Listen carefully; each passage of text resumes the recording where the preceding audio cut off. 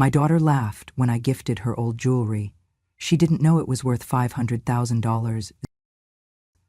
I watched her auction it off for $40. Then I smiled and rewrote my will.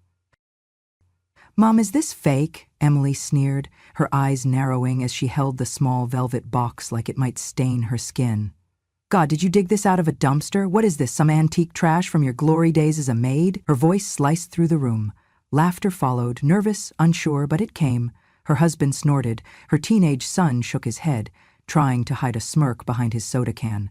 I stood there, hand still half extended, the box gaping open in her palm. The necklace sat there, limp and lifeless under the lights. A part of me, the oldest part, cracked. But I didn't let it show. It was Emily's 35th birthday. The house was full. Friends, in-laws, co-workers, even her Pilates instructor made the guest list. But me, I was just her mother, the quiet one in the corner who brought a strange, musty-smelling box instead of a designer handbag. "I mean," she went on, tapping the chain with her manicured nail, "it's kind of sweet in a tragic vintage way. Maybe I can use it as a Halloween prop." More laughter. "Huh." I didn't flinch. I didn't say a word. I smiled, the way I've learned to over the years, the kind of smile that holds your insides together. She passed the box around the table like a joke. One woman gasped, "You should have it appraised. Who knows, maybe it belonged to a pirate." Another said, "No offense, but it smells like mothballs." Someone added, "Does your mom always give you heirlooms?" Heirloom. If only they knew. That necklace had been with me for 53 years. It had sat, untouched, in a velvet pouch at the back of my dresser drawer, behind a stack of neatly folded linen handkerchiefs. I hadn't opened that pouch since 1986, but I remembered its weight. I remembered the day I received it, the day I thought I'd finally been seen, finally mattered, before he left. I hadn't planned to gift it that day, but something told me, maybe foolish sentiment, that she was ready, that Emily, now a mother herself, might understand the meaning of something quietly passed down. Instead, she saw rust. "You could have at least polished it," she sneered, tossing the box onto the table with a careless flick.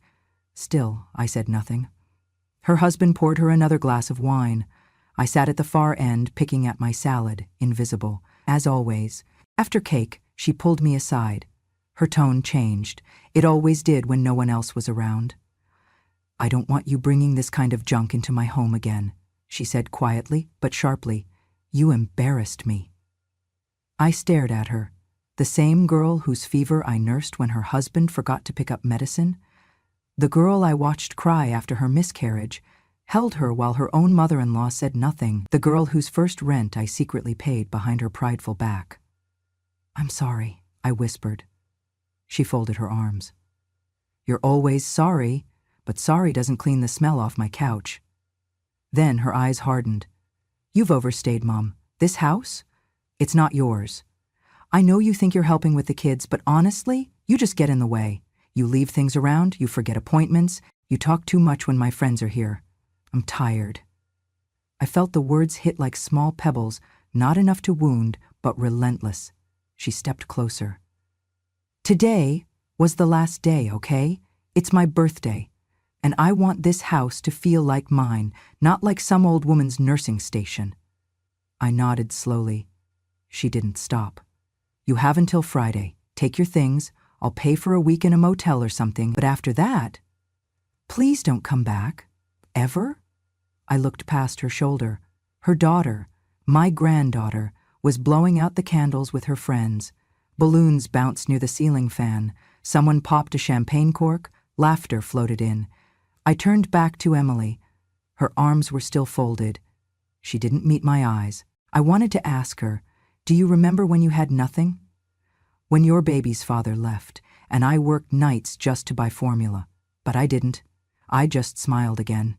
Not out of pride, or peace, or forgiveness, but because when you've been betrayed by someone you gave your entire life to, the only thing you can control is how quietly you walk away." I went upstairs. Packed what little I had, a few sweaters, my blood pressure pills, an old photograph of my late husband. The velvet pouch was gone. I didn't look for it. On the way out, I passed the living room. Emily was already telling her friends about her crazy mum and how she tried to give me a haunted necklace. I stood there for a second longer, invisible in my own daughter's house. Then I opened the door, stepped into the cold, and left. The last thing I heard was her voice, loud and clear. This was the last birthday I let that leech near me. She's not welcome anymore, ever. She meant it. And I believed her. It was the spring of 1968, and the air still carried the scent of war, even if the bombs had stopped falling years before. I was 24, working at a small cafe on the edge of our town. We served truck drivers mostly, rough men with tired eyes and louder laughs. But one afternoon, a quiet man with polished shoes and a pressed shirt walked in.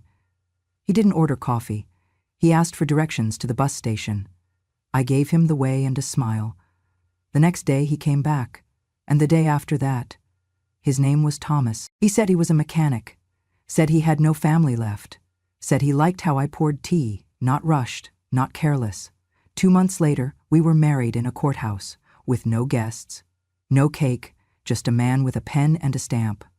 We rented a small room above a barber shop where the smell of shaving cream seeped into our sheets. He brought me home flowers wrapped in newspaper. I cooked him stews from chicken bones and potato peels. We had nothing, but I believed in us, in that kind of stubborn, foolish love only the young and bruised believe in. Then came the war. He didn't want to go, but he did. And for 2 years, I didn't know if he was dead or just missing. When he came back, his eyes were different. So were his hands, quieter, colder. He didn't talk about what he saw, and I didn't ask. Instead, I pressed my ear against his chest at night, just to hear the rhythm of his return. Money was tight. We shared one coat between us. I made dresses from curtains, darned socks until they were more thread than fabric. He worked 3 jobs. I picked up shifts at the diner again. We saved every coin in a rusted biscuit tin under the floorboard. Then, on our 10th anniversary, he asked me to close my eyes. I heard the snap of a velvet box. When I opened them, there it was. A necklace. Gold chain, emerald center, delicate but not small. The kind of thing women in magazines wore. The kind of thing I never even let myself dream of. "Where did you get this?" I asked, fingers trembling. "I traded the car," he said. "You always said green was your color." We didn't have a car anymore, but I wore that necklace every Sunday after that. Only Sundays. Only church. Then, carefully, back in its pouch. I never let it tarnish. I wiped it with linen. I whispered to it like it was sacred. People said he must love me dearly. I believed them. Then, 3 months later, he left. No note, no suitcase, just an empty closet and a bank account with $5 in it. I filed a report, waited at the door every evening, thought maybe he'd had a breakdown, a car accident, a kidnapping. Then I saw him, 2 towns over, with another woman. Holding her hand, laughing the way he used to with me. He saw me. And he didn't flinch. I didn't cry in public. I walked away. At home, I opened the velvet box. The necklace lay there, untouched. I should have pawned it, I almost did. But I couldn't. Because for 10 years, I had given everything. My youth, my hunger, my silence, and this was the only proof that once I had been chosen. I never wore it again. Not after that day. But I kept it, because even when someone leaves, their love, or the illusion of it, doesn't just vanish. It lingers, like a perfume in an empty room, and I wasn't ready to clean the air just yet. Years passed. Emily was born. I raised her alone. Never told her about Thomas, not the real Thomas. She thought he died in the war. It was easier that way. I worked, saved, cooked, taught her how to sew and spell and stand tall. She became everything I wasn't allowed to be. Strong, outspoken, modern, and I thought when she was ready, I would give her the necklace. Not for the gold, not for the emerald, but for the story, the truth that even the most painful loves leave behind something beautiful if you know how to look. But when I handed her the box, she saw only rust. She didn't know it was the last thing her father ever gave me. She didn't know it was once worth more than our apartment. She didn't even ask, and I didn't tell her. Because sometimes silence isn't weakness. Sometimes silence is what you give instead of hate. The motel room smelled of bleach and loneliness. The curtains didn't close all the way, and the humming from the vending machine outside my door never stopped. Still, it was quiet. And after 35 years of being everyone's helper, everyone's last call, quiet was a strange relief. 3 days after Emily asked me to leave, I saw the flyer, a glossy invitation tucked between advertisements at the motel front desk. Charity auction and brunch, hosted by the local Women's League.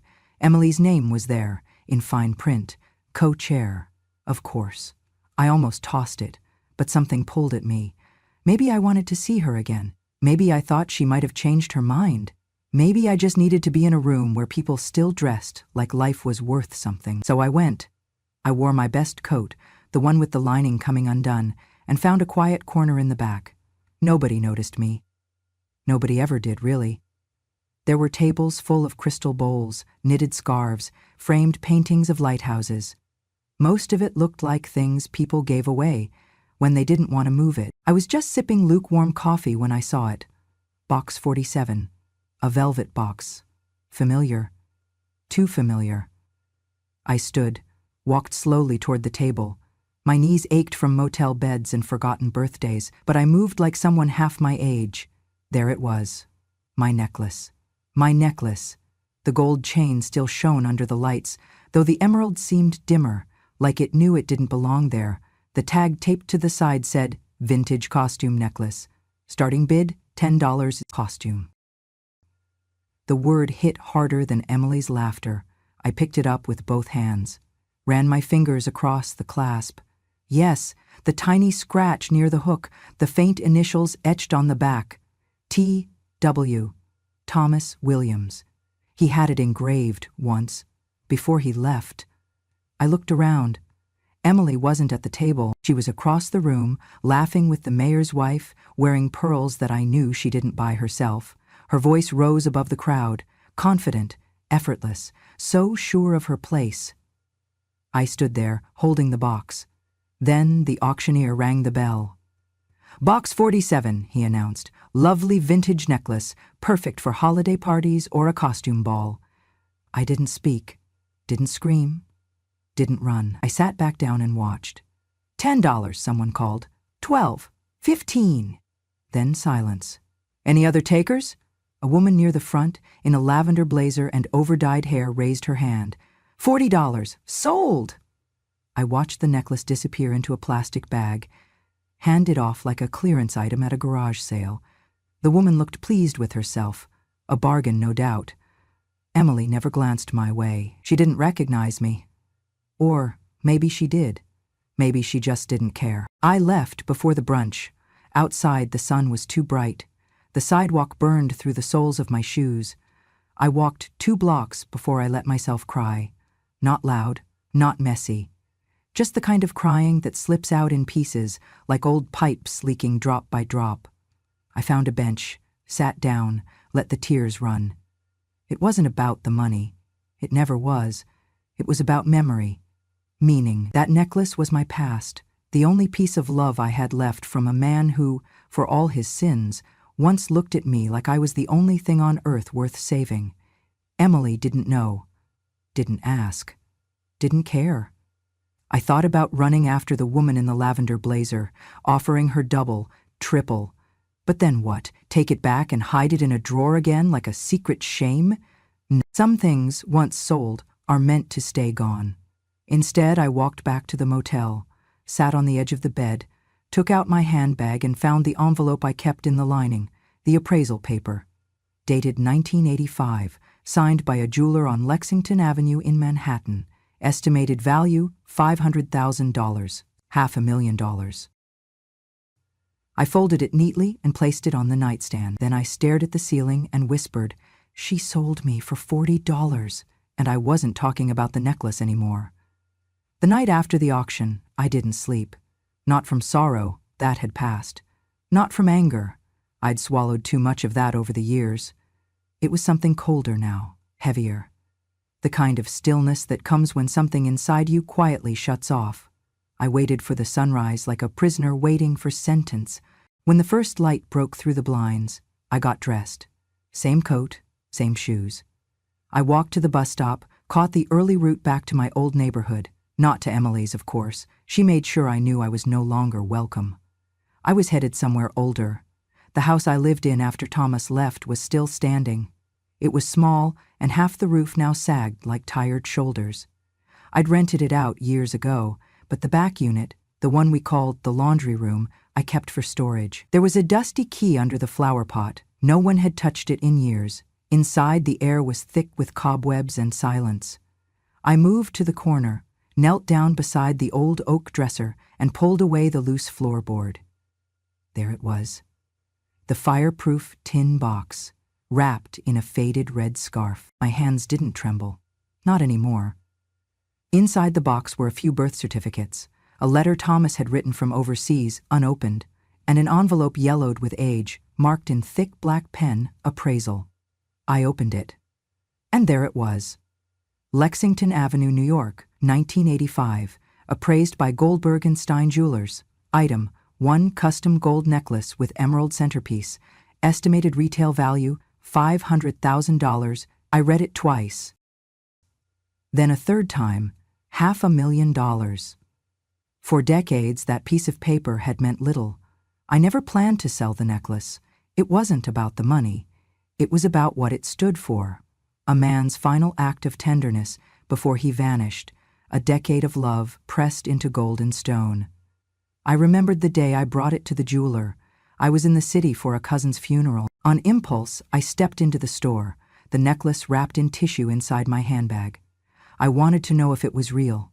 When the man behind the counter examined it, his eyes widened. "Ma'am," he said, "this is museum quelled. The emerald alone is a collector's piece. Have you considered insuring it?" I laughed. "We barely insure the car." He offered to buy it, right there. I said no. He pushed again, with a number I barely understood at the time, but I left with the necklace and the paper. Tucked it away in a place no one could steal, not from me, not from my memory. Now the necklace was gone, and memory had become a liability. I sat on the concrete floor and stared at the paper. Emily never asked about it, never once asked where the necklace came from, what it meant. She saw something old and dull, something that smelled like the past, and not the kind of past she wanted. But I knew. I knew what it had cost, not just in money, in dignity, in decades of waiting, in the way I forgave a man who didn't deserve it, just so I could raise a child without hate in her bones. And now, she had traded it for brunch chatter and a $40 bid from a woman in a lavender blazer. She didn't lose a necklace. She lost the story. She lost her mother's last attempt at connection. I folded the paper again, tighter this time, sharper.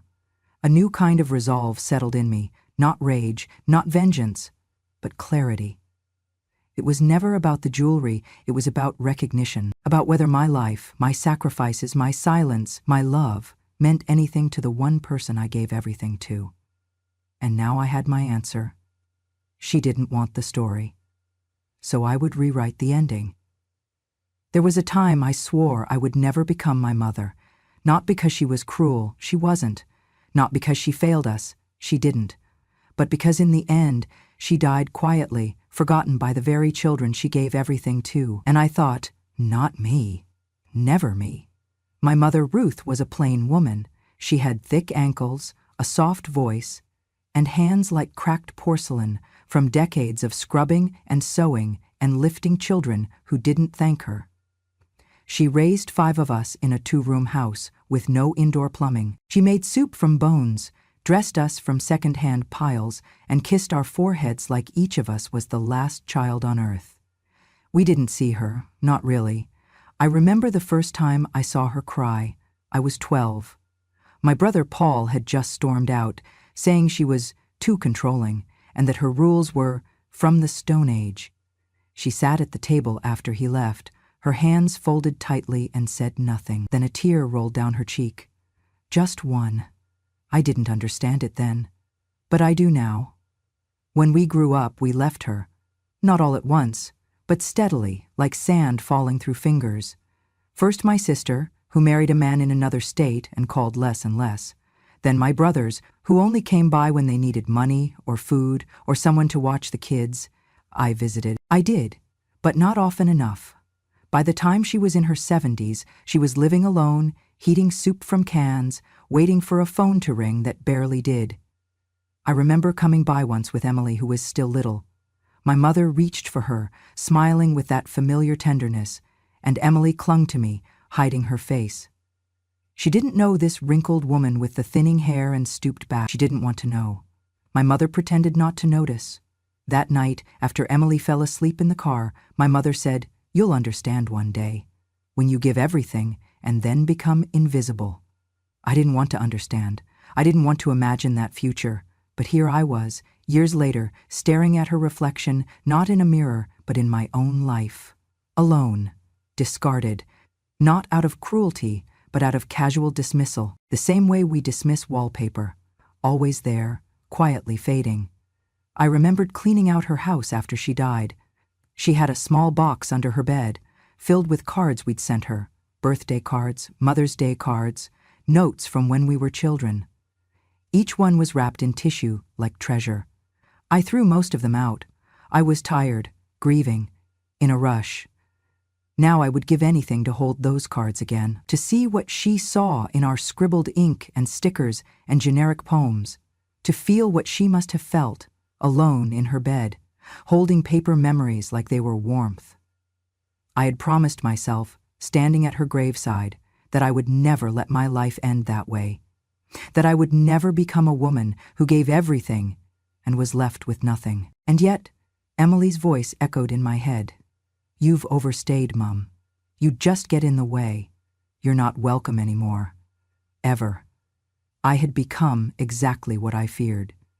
But unlike my mother, I had something she didn't: time and choice. I could sit in the motel room, let my story end like hers did, gently, painfully, with no one watching. Or I could do what no one expected me to do. Stop being generous to those who only take. Stop being the woman whose name is only remembered on bills and hospital forms. I looked at the envelope again, the appraisal, the legacy, the proof that I once mattered to someone, even if that someone failed me. And I thought of my mother. I whispered, "You were worth more than they knew." Then I stood up. It was time to do what she never did, not out of revenge, but out of dignity. I've always believed that when someone shows you who they are, you should believe them the first time. But with Emily, I kept making excuses, kept telling myself she was tired, overworked, stressed, that one day she'd look at me and remember who taught her how to walk, who stayed up all night when she had croup, who sewed her prom dress by hand when we couldn't afford the boutique. But excuses don't rewrite truths. And the truth was simple. She didn't want me. Not in her house, not in her life, not in her future. So I decided I would stop giving her my past. 2 days after finding the appraisal document, I took the envelope and walked to the corner of Pine and Jefferson, to the beige brick building with frosted glass windows and brass letters that read Langston and Pierce, Estate Planning and Elder Law. The receptionist was a soft-spoken girl named Marcy. She looked up, startled to see someone my age walk in without a walker or an appointment. "I'd like to revise my will," I said, placing the envelope gently on the counter. "Immediately," she blinked. "Of course. One moment."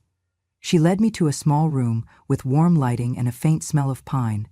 There were tissues on the table, which I appreciated, not because I planned to cry, but because I didn't trust myself not to. Mr. Langston was younger than I expected, mid-40s, with graying temples and kind eyes. He greeted me with a handshake that wasn't condescending. That alone earned him points. "I've reviewed your previous documents," he said after we exchanged pleasantries. "Your daughter Emily is currently listed as sole beneficiary. Is that correct?" "It was," I said. "It won't be any more." He didn't ask why. "Good man. I want to remove her name entirely. All assets, the home, savings, the remaining pension fund, I want transferred to someone else." "And who would that be?" he asked gently. I reached into my bag and pulled out a photograph.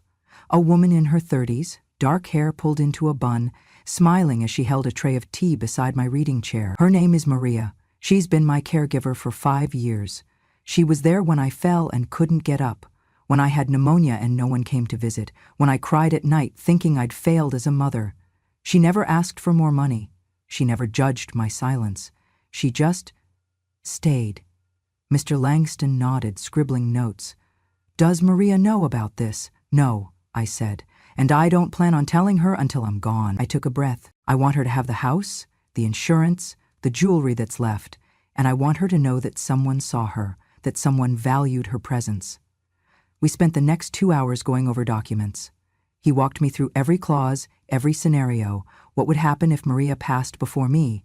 What would happen if Emily contested the will? "She will," I said calmly. "She'll be furious. Do you want to write a statement, something to explain your reasoning?" I thought for a moment. Then I nodded. He handed me a pen, and I wrote, "To whom it may concern, this decision was not made in haste, nor out of malice. It is the result of years of silence, neglect, and a final act that showed me the truth. Love is not measured in blood. It is measured in presence, in respect, in the way you hold someone's past without mocking it. My daughter Emily is not a bad person, but she no longer sees me as a person, only a burden. Maria saw me. Therefore I leave her everything, because she gave me something no one else did, dignity in my final years. May this not be seen as revenge, but as recognition. Ruth Ann Williams. When I handed the letter to Mr. Langston, he read it without a word, then placed it in a folder and locked it in a drawer. "It's done," he said. "We'll notarize and file everything this week, unless you change your mind." "I won't," I said. Outside, the sun was bright but not warm. The wind cut through my coat like needles, but I didn't shiver. I felt whole. Not happy, not vindicated, just settled. That night, back at the motel, I made Maria a cup of tea, the way she always made it for me, with a slice of lemon and a bit of honey. She didn't know what I had done. She didn't need to. She just smiled, took the cup, and sat beside me on the creaky old couch. "You look different today," she said. "I am," I whispered.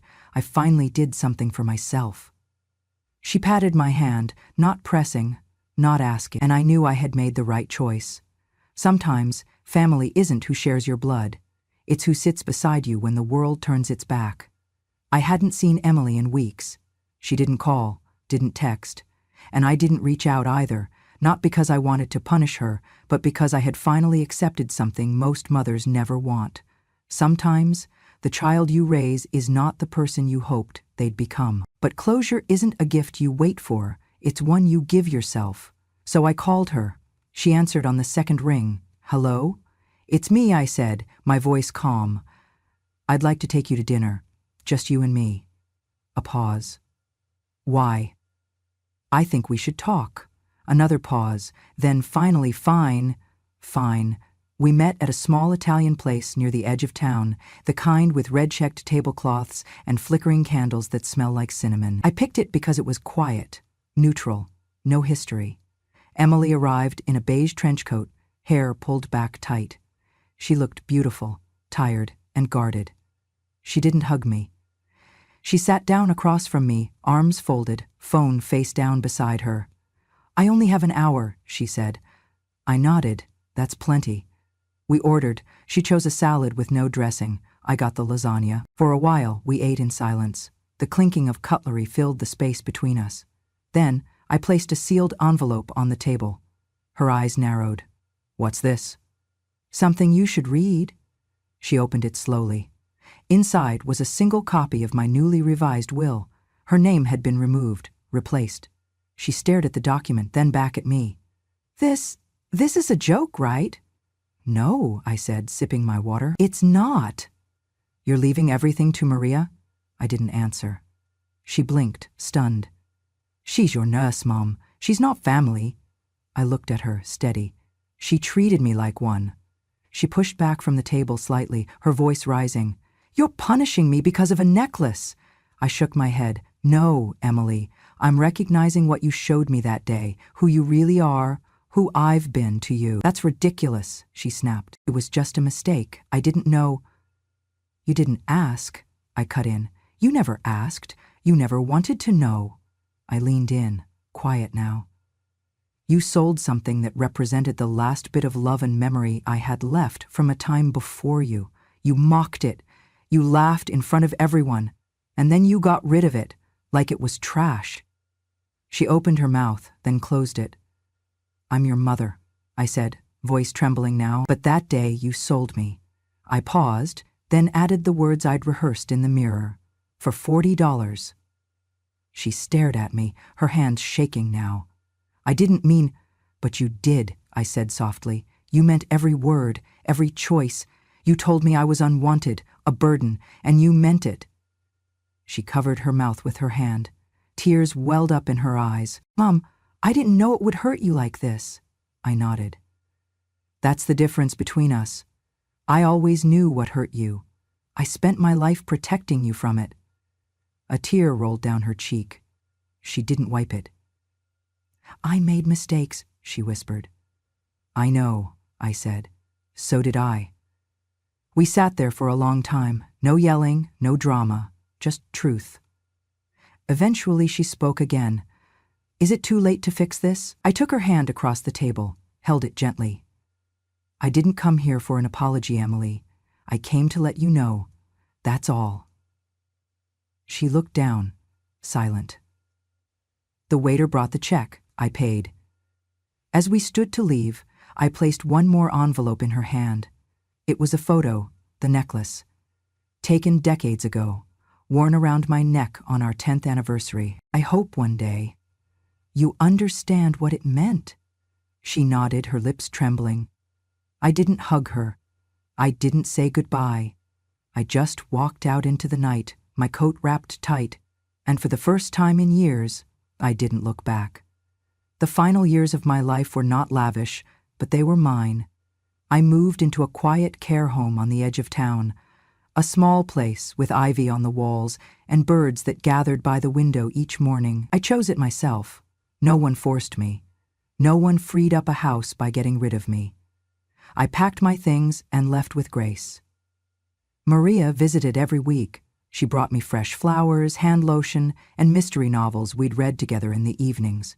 Sometimes she brought her little niece, who'd sit on the rug and draw pictures of us. It was simple, peaceful, human. I wasn't waiting to die. I was finally beginning to live, unburdened by expectation, free of the hunger for someone's approval. And yet part of me still held on. Not out of anger, not out of regret, but out of a mother's hope. The foolish, indestructible thing we carry long after we should have let go. So I wrote a letter, not a will, a farewell. My dearest Emily, if this letter finds you, it means I've gone ahead. Don't cry for me. I lived long enough to understand myself, and few can say that. You are not a villain in my story. You are simply the chapter I wished had read differently. There were moments when I saw your light, when you laughed as a child, when you curled beside me on rainy nights. I held on to those, maybe too tightly. I know you did not mean to hurt me the way you did, but intent is not the same as impact. I hope you find the space to look inward, not for guilt, but for understanding. And if, one day, you find the necklace again, if you ever search for it and hold it in your hands, keep it, not for its worth, not for the emerald or the gold. Keep it as a reminder of what you once had and what you chose to let go. Love doesn't vanish, but it does remember. Mum, I left the letter with Mr. Langston, with clear instructions to deliver it upon my passing. But life, as always, had its own sense of timing. One evening, just after sunset, I heard a commotion in the front hallway of the care home, raised voices, a receptionist trying to calm someone down. Then came the sound of heels, expensive, sharp, clicking toward my room. Emily. She burst in, eyes red, mascara smudged. In her trembling hands, a small velvet box. I found it, she gasped. I tracked down the woman who bought it at the auction. I paid her $1 million to get it back. She fell to her knees beside me, holding the box out like a peace offering. You can have it again. We can start over. Mum, please. I looked down at the box, then at her. I didn't take it. Instead, I opened it gently and stared inside. It was the wrong necklace. A fake. A replica. The emerald was glass, The weight all wrong, the clasp a cheap imitation. But the worst part, the part that cut deeper than all the rest, was her belief that money could fix what she had broken with disregard. She didn't search for meaning, she searched for value. I closed the box and handed it back to her. "This isn't it," I said quietly. "But I paid, I know, but what you're holding is just glass, just like your apology." She froze, and I continued, calm and steady. "You still don't understand, Emily. It was never about the money. It was about the memory, the gesture, the love behind it. You can't buy back what you threw away. You can't replicate dignity." She began to sob, not like a child, but like a woman who realized too late that she had built her life on a foundation of shallow comforts. I didn't comfort her. I just stood, walked to the window, and watched the birds flutter from one tree to another, wild, free, content. Behind me, Emily whispered, "I'm sorry, Mom." I nodded once. Then I said the last words I ever said to her. "So am I." She left. I never saw her again. But in that care home, I found a new family. Women with stories like mine. Men who remembered things their children never asked about. Friends who didn't care what I had, only who I was. We read, we laughed, we mourned and healed, and when my final day came, I held Maria's hand and smiled. Because though dignity can't be taken with you, it must be left behind as proof that you lived with it. And I did. If you've ever been overlooked, dismissed, or told you were too old to matter, remember, your silence carries weight. It always has, even when they roll their eyes. Even when they walk away mid-sentence, even when they say, "You're just being dramatic," or worse, "You're just old." They think silence means surrender, that if you don't argue, don't scream, don't fight back, you must not matter. But here's the truth. Silence is where strength is born. Silence is where you replay every moment, every insult, every sacrifice, every act of betrayal you forgave too quickly. Silence is where you count the meals they never thanked you for, the birthdays they forgot, the times they spoke about you like you weren't in the room. And still, you didn't shout, you remembered. Because that's what women like us do. We remember. We carry it, not to hurt, not to punish, but to understand. And one day, when the weight is finally too much to hold alone, we speak. That's what this channel is for. Grandma True Stories is a place for the quietest woman in the room. The one who was told she was too sensitive, too soft, too slow, too much of a burden. It's for every mother who was replaced, every wife who was dismissed, every grandmother left behind in the very house she built. It's for women who never asked for revenge, only to be seen, heard, valued. If you've ever sat at the edge of a party, ignored, if you've ever given everything and been told you were too much, if you've ever held your breath just to keep the peace, then you belong here. These aren't fairy tales. These are true stories, raw, unfinished, and real. Stories of betrayal, sacrifice, justice delivered through time. Stories whispered for decades, now finally told aloud. Because when a grandmother speaks, really speaks, the world finally listens. So, if you're ready to hear the truths that were buried, if you're ready to remember the women who remembered everything, subscribe to Grandma True Stories. Let our silence become strength together. Because our stories aren't over, and neither are we.